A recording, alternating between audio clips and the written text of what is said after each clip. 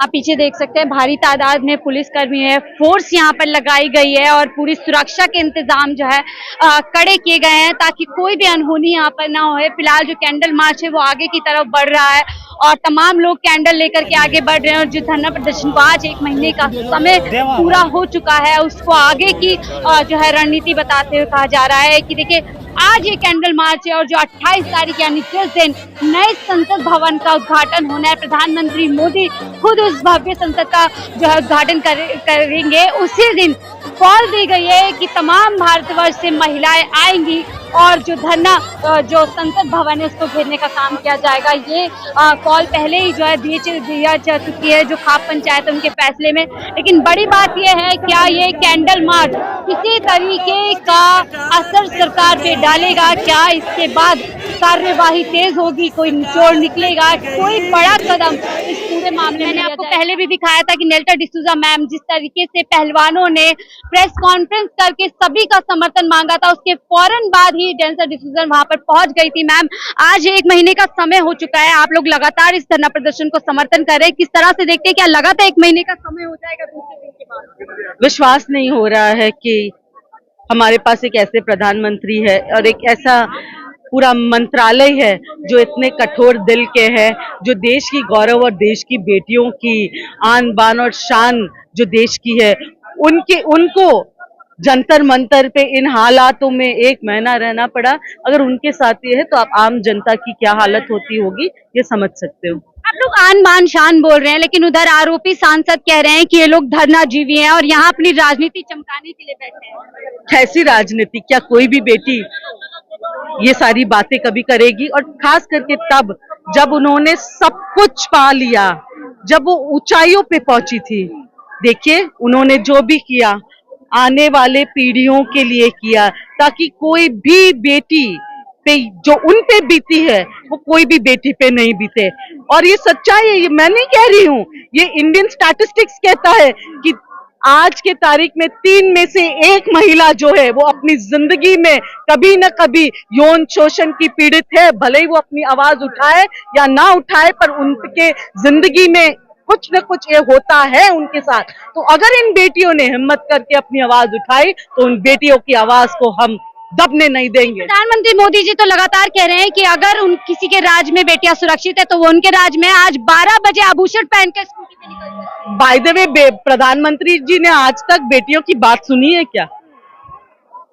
आज तक वो बाहर निकले क्या बेटियों से ये पूछने कि आप पे क्या बीत रही है? क्या उन्होंने देखा कि उनके राज में क्राइम अगेंस्ट वुमेन कितना बड़ा है? क्या उन्हें ये देखा है कि आज हर रोज दिन में 86 रेप्स होते हैं? क्या उन्होंने ये देखा है?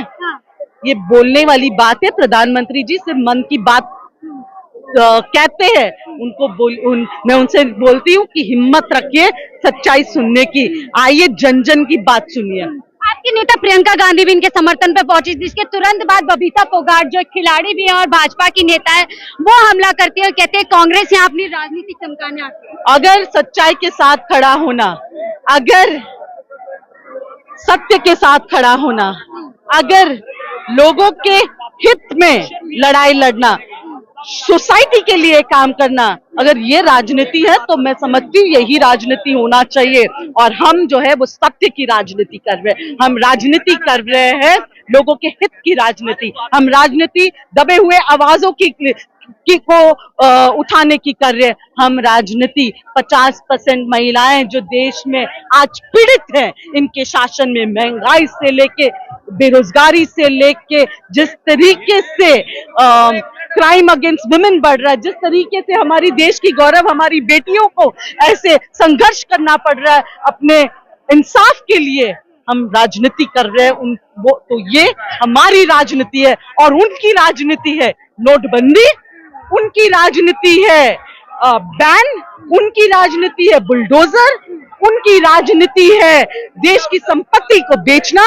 अगर ये उनकी राजनीति है तो मैं गर्व के साथ कह सकती हूँ कहती हूँ कि मैं कांग्रेसी हूँ और सत्य की राजनीति करती हूँ, सत्य के साथ चलती हूँ। आपने यहाँ पे बात की, नोटबंदी की बात की आपने, इस पे एक सवाल ले लेती हूँ आप मैम। उसको जो है दूसरा मास्टर स्ट्रोक बताया जा रहा है, और जो भ्रष्टाचारी लोग हैं उस पे नकेल कसने की कवायद। देखिए, ये सारे के सारे जितने फंडा है, मैं पूछना चाहती हूँ कि कितना पैसा आया है अंदर वापस, कितना % आया है, ये प्रधानमंत्री जी और उनके पूरे वो जवाब दे। ये नोटबंदी से सिर्फ और सिर्फ भाजपा के जो ट्रेजरी भर चुका है, नोटबंदी से उनके पूरे देश में ऑफिसेज बन गए हैं, नोटबंदी से उनके फाइनेंसेस इलेक्शंस के लिए आया है। नोटबंदी केवल एक बहाना है लोगों के पैसे अपने जेब में डालना।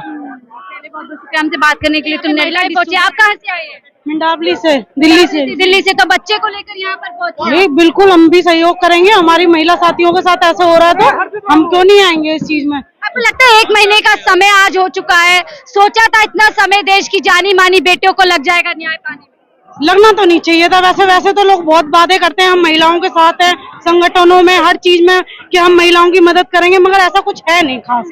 वरना महिलाएं अगर धरने पे बैठे, कुछ भी बैठे, तो हमें उनका सहयोग सबसे पहले करना चाहिए। मैं भी एक महिला हूँ, मेरे साथ भी ऐसा ही कुछ हुआ है, तो मैं भी ये मैं अच्छे से समझ रही हूँ दूसरी महिला की पीड़ा के। क्या तो मामले का संज्ञान तक नहीं लेते हैं, जो लोग जिम्मेदार हैं सरकार में हैं, वो संज्ञान तक नहीं ले रहे कि क्या हुआ है, फिर बताओ। ये तो है, मोहम्मद आप बोलो। आपका जिंदा है, जिंदा है, कोई लाख करे पागल से हमें लड़ने का जज्बा जिंदा है, जिंदा है, जिंदा है, मुसलमानों का जज्बा जिंदा है, जिंदा है, जिंदा है, महिलाओं का जज्बा जिंदा है, जिंदा है, जिंदा है, छात्रों का जज्बा जिंदा है, जिंदा है। कि महिलाएं काफी अच्छी खासी तादाद में पहुंची है। आप कहाँ से आई मैम? मैं मेरठ से आई हूँ। मेरठ से आज खास इसीलिए आए हैं? जी बिल्कुल, इसी के लिए। देखिए, मेरठ से तमाम दूर दराज से लोग यहाँ पर आ रहे हैं। क्या लगता है आज 1 महीने का समय हो गया है, हम लोगों ने तमाम लोगों ने सुना था विनेश को कहते हुए कि उनको लगा था शायद 1-2 दिन के अंदर कार्यवाही हो जाएगी, प्रधानमंत्री जी संज्ञान ले लेंगे, क्योंकि जाने माने खिलाड़ी धरना प्रदर्शन पे बैठे थे। आज 1 महीना हो गया, किस तरह से देखते हैं? देखिए, ये बड़ा दुर्भाग्यपूर्ण है कि जो बेटियां मेडल लेके आती हैं आज उन्हें यहाँ बैठना पड़ रहा है। ये हम पूरे देश के लिए बहुत शर्म की बात है, और उनके हमारे सरकार की जून ही रेंग रही है। मतलब कहाँ सो गए हैं वो लोग, इतना जगाने पे भी नहीं जाग रहे हैं। देखिए, एक्शन तो लेना पड़ेगा, अब लें, 10 दिन बाद लें, 20 दिन बाद लें, लेकिन इतना तड़पा के और पूरे देश को परेशान करके जो वो ले रहे हैं, वो अपने अगेंस्ट लोगों को खड़े कर रहे हैं। जो आरोपी हैं, जिन पर आरोप लग रहे हैं, वो लगातार सारे आरोप से इनकार कर रहे हैं और बोल रहे हैं मैं निर्दोष हूँ, तमाम साजिश मेरे खिलाफ। तो मैम, जांच होनी चाहिए ना, निर्दोष वो है या ये है, वो साबित हो जाएगा। फेयर क्यों नहीं हो रहा है? हम तो खुल के कह रहे हैं, आप जांच कीजिए। वो क्यों छुप रहे हैं, बोल क्यों नहीं रहे हैं? क्यों वो तो खुलेआम आ रहे हैं, बयान पे बयान दे रहे हैं और कह रहे हैं जांच कर लीजिए, दूध का दूध पानी। यानी आप लोग जांच के लिए समय नहीं दे रहे हैं, जो कानून का काम है वो करने नहीं। मैम, जांच करने के लिए हर तरीके से तैयार हैं, ये लोग नार्को टेस्ट के लिए भी तैयार हैं, इनका सिटी मजिस्ट्रेट के सामने बयान भी हो चुके हैं। और क्या चाहते हैं, और बताइए क्या चाहिए? आप बताइए, कोई भी आके इनसे किसी ने बात करी हो, किसी मिनिस्टर ने आके बात करी हो? फिर सपोर्ट कहाँ है? आप उन फोटोज को देखिए, वो दिन कैसे भूल गए कि जब ये बेटियां मेडल लेके आई थी तब ये हमारी बेटी थी, आज ये अपने माँ बाप की बेटी हैं।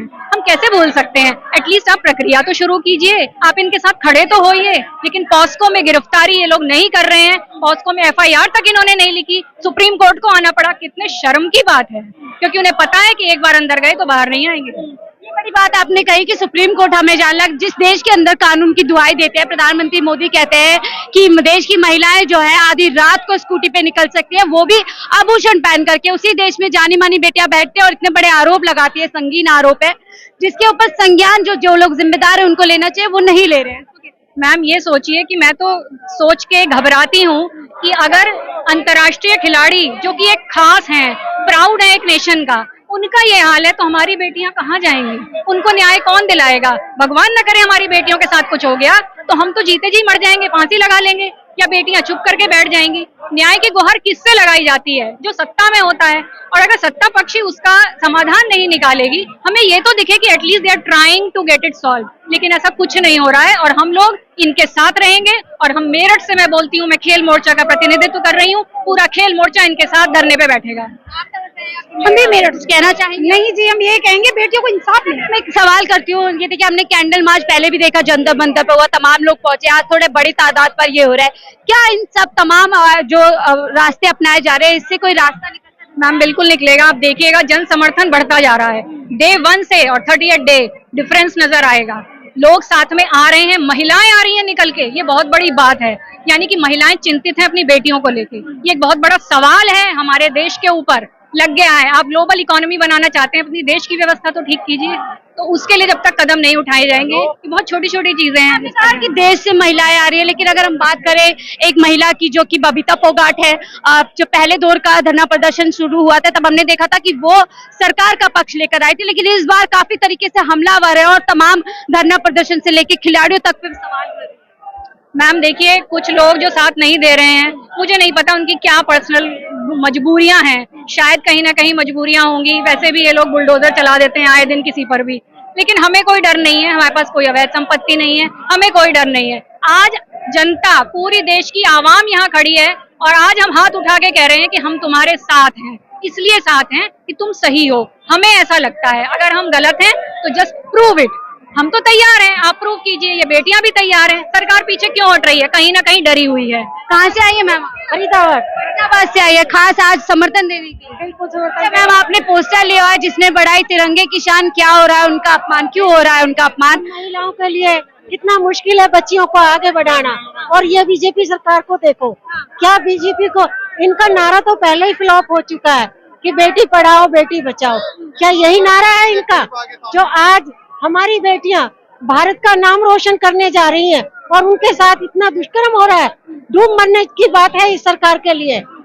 अगर इन्हें सरकार नहीं चलानी तो अपनी कुर्सी छोड़ के अपना काम करे, अपना झोला उठाए चले। तो वो चला रहे, देखिए विदेशी यात्रा चल रही है और तमाम विदेश के लोग उनके पैर छू रहे हैं। किस चीज के छू रहे? ये सिर्फ दिखावा है। आज तक एक तो बताइए कि उनका एक भी नारा या एक भी कार्यक्रम जो भी है सुरक्षित है बीजेपी सरकार में? क्या 70 साल तक कभी करेंसी नहीं बदली, आज 1-2 साल के भीतर नोटों की फिर से बदली कर दी। भ्रष्टाचार कम हो गया? भ्रष्टाचार कम हो रहा है? कुछ नहीं हो रहा, सिर्फ इनकी जेबों में पैसा जाकर और विदेश भाग रहे हैं, लूट के यहाँ का धन और विदेश भाग रहे हैं।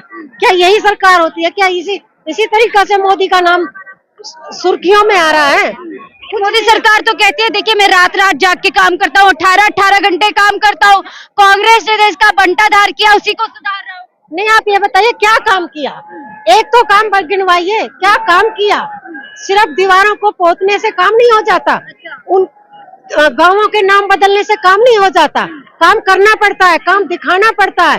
कांग्रेस की तो कुछ भी नहीं, क्योंकि लोग तो काम का ही सुने देते हैं ना। अच्छा, लगता है आज के कैंडल मार्च से सरकार पे असर पड़ेगा? कोई क्यों नहीं पड़ेगा? आज नहीं पड़ेगा तो 2024 में उसे मुंह तोड़ जवाब मिलेगा। लड़ाई 2024 तक बिल्कुल जाएगी, बिल्कुल। अगर हमारी बेटियों को न्याय नहीं मिलेगा तो 2024 तक जाएगी और उसे जवाब भी देके रहेंगे। बड़ा ऐलान है देखिए।